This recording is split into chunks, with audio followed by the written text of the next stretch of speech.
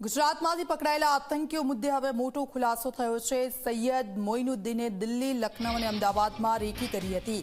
લખનઉમાં આરએસએસના કાર્યાલયની recce કરી હતી તો દિલ્હીમાં સૌથી મોટી આઝાદ મંડીની પણ રેકી કરી હતી। અમદાવાદમાં પણ ભીડવાળી જગ્યાની રેકી કરી હોવાની માહિતી સામે આવી છે। રેકી કરીને વિડીયો બનાવ્યા બાદ પાકિસ્તાન ખાતે મોકલવામાં આવ્યો હતો। પાકિસ્તાનમાં રહેલા તેમના આકાઓને આ વિડીયો મોકલવામાં આવ્યો હતો।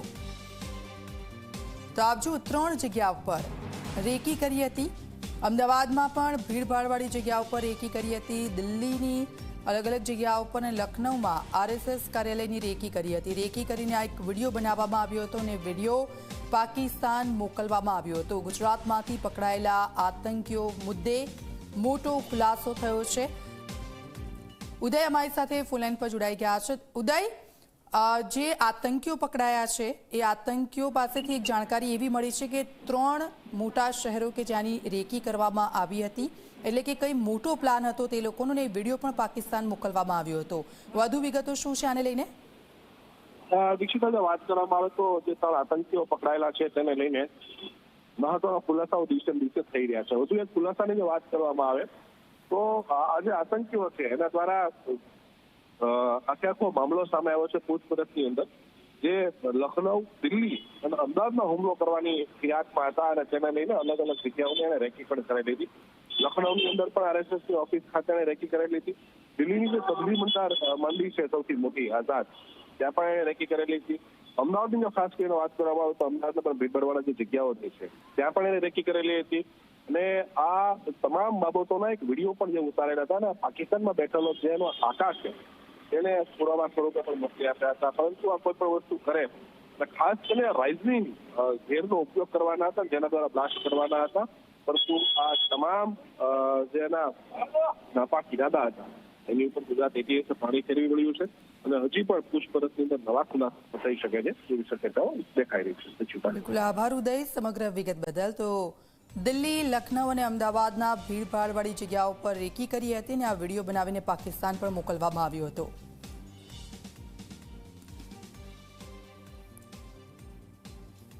સીધા જઈશું, અર્પણ અમારી સાથે લાઈવ જોડાઈ ગયા છે। અર્પણ, જે આતંકીઓની ધરપકડ કરવામાં આવી હતી ને હવે એક પછી એક નવા ખુલાસા આતંકીઓ પાસેથી થઈ રહ્યા છે।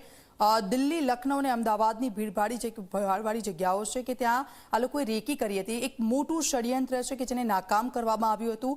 હજી પણ મોટા ખુલાસાઓ થઈ શકે છે આ લોકો પાસેથી।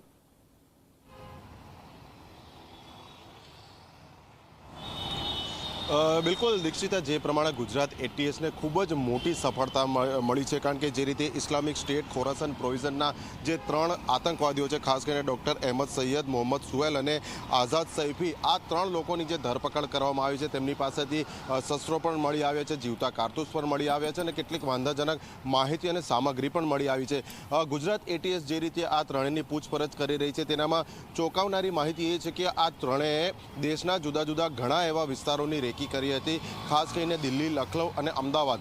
દિલ્હીની વાત કરીએ તો દિલ્હીના પણ જે આખું મોટું વિશાળ સબ્જી માર્કેટ છે તેની તેમને રેકી કરતી। લખનઉમાં આરએસએસ ઓફિસની કહી શકાય કે તેમને જે રેકી કરી હતી તેનામાં જે કેટલાક વિડીયો છે તે પણ બનાવીને તેમને પોતાના પાકિસ્તાનના જે હેન્ડલર, આકાઓ કહી શકાય, માસ્ટરમાઇન્ડ કહી શકાય કે જેઓ આ આતંકવાદી હુમલાનું આયોજન કરતા હતા તેમને મોકલી આપ્યા હતા।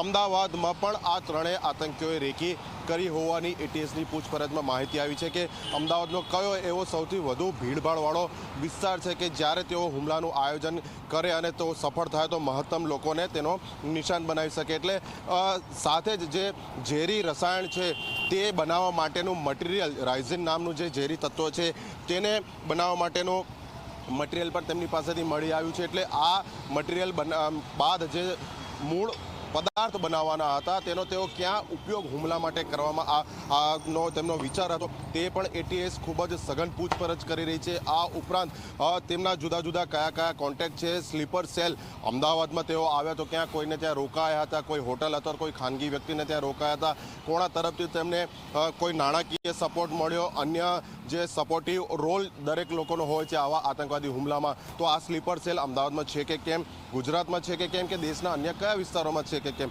આવા અનેક નાના મોટા પ્રશ્નો જે છે એટીએસ જુદી જુદી ટીમો બનાવી અને ઝીણવટ વિગતભરી તપાસ કરી રહી છે। એટલે હાલના તબક્કે કહી શકાય કે જે પ્રમાણેના મોટા હુમલાનું આયોજન આ 3 આતંકીઓ પોતાના આકાઓની સાથે મળીને કરી રહ્યા હતા, તે કોઈપણ આયોજન પર નક્કર આયોજન પાર પાડે તે પૂર્વે જ ગુજરાત એટીએસે તેમને દબોચી લીધા છે અને એક મોટો આતંકવાદી હુમલો કે જે થવાની સંભાવના હતી આ 3 આતંકીઓ સાથેની સફળતાપૂર્વકના આયોજન બાદ તેમના આકાઓ દ્વારા, તો હાલ આ ત્રણેયને તેની નિષ્ફળતા મળી છે। જી બિલકુલ આભાર, આપની પાસેથી અપડેટ્સ લેતા રહીશું। તો આ એક સૌથી મોટું ષડયંત્ર હતું કે જેને એટીએસે નાકામ બનાવ્યું છે અને હવે આ ધરપકડ કરવામાં આવી છે ત્યારે તેમની પાસેથી અનેક મોટા ખુલાસા થઈ શકે છે કે તે લોકોનો મનસૂબો શું હતો તે પણ જાણવા મળશે।